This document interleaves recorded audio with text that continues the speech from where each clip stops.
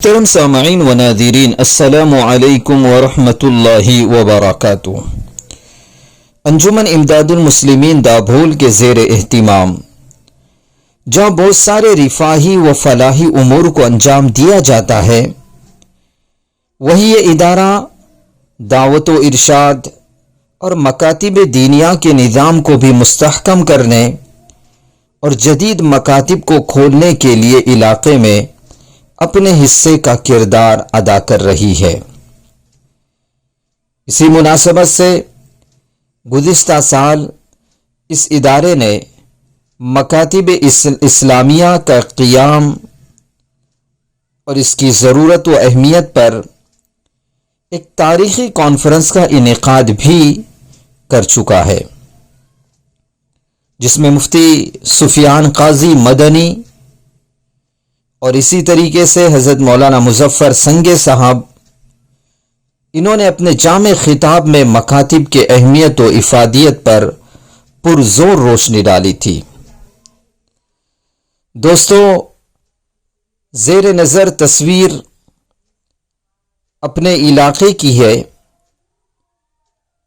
جہاں برسوں سے ایک بڑی تعداد میں مسلم چھوٹے کاروباری مقیم ہیں۔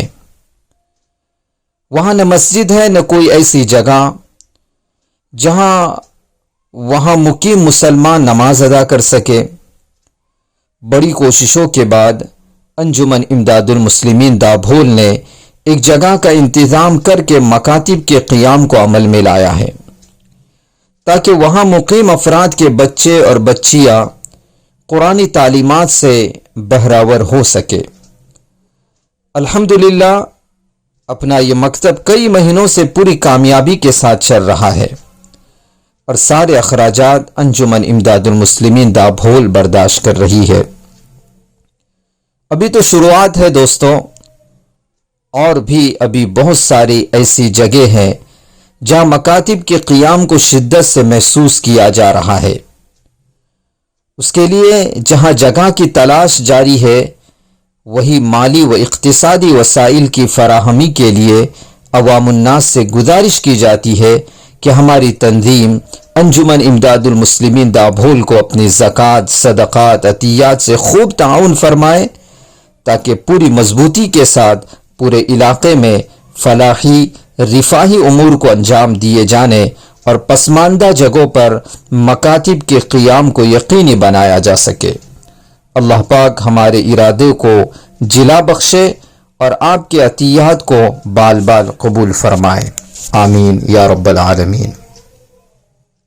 میم را زبر مر ہے، کیا ہے، کیسا یہ کریں گے اس کا؟ میم زبر م، را زبر کیا ہوا؟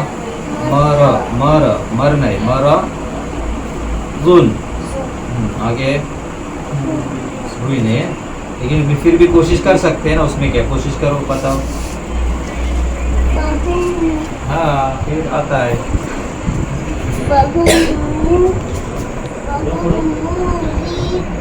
یہ بڑی بات ہے کہ حروف کو پہچان رہا ہے، ہاں یہ اگر صلاحیت آئے۔ ایک تو قرآن کی ہمیں اچھی طریقے سے مشق کرنا ہے، قرآن ہم کو اچھے سے اچھے پڑھتے آنا چاہیے، اور دوسری چیز یہ ہے کہ ہمارے اندر عقائد کی درستگی ہونی چاہیے، عقیدہ ہمارا مضبوط ہونا چاہیے۔ عقیدے کا کیا مطلب؟ کہ کرنے دھرنے والی ذات اللہ کی ہے، کرنے دھرنے والی ذات کس کی ہے؟ اللہ کی ہے۔ نفع پہنچانے والی ذات اللہ کی ہے، نقصان پہنچانے والی ذات اللہ کی ہے، رزق دینے والی ذات اللہ کی ہے، بیماری دینے والی ذات، شفا دینے والی ذات اللہ کی ہے، موت دینے والی، زندگی دینے والی ذات اللہ کی ہے۔ یہ عقیدہ ہمارا مضبوط ہونا چاہیے۔ اور پھر اس کے بعد ہمارے آقا محمد صلی اللہ علیہ وسلم دنیا میں سب سے بہترین شخصیت ہے، اللہ کے نزدیک آپ صلی اللہ علیہ وسلم کا مقام بہت اونچا ہے۔ یہ دو چیزیں ہمارے پاس ہونی چاہیے، قرآن ہونا چاہیے، عقیدہ مضبوط ہونا چاہیے، اور آپ صلی اللہ علیہ وسلم کی محبت ہمارے دل کے اندر مضبوط ہونی چاہیے۔ انشاءاللہ اس مکتب سے ان تینوں چیزوں پر محنت کی جائے گی انشاءاللہ۔ ہاں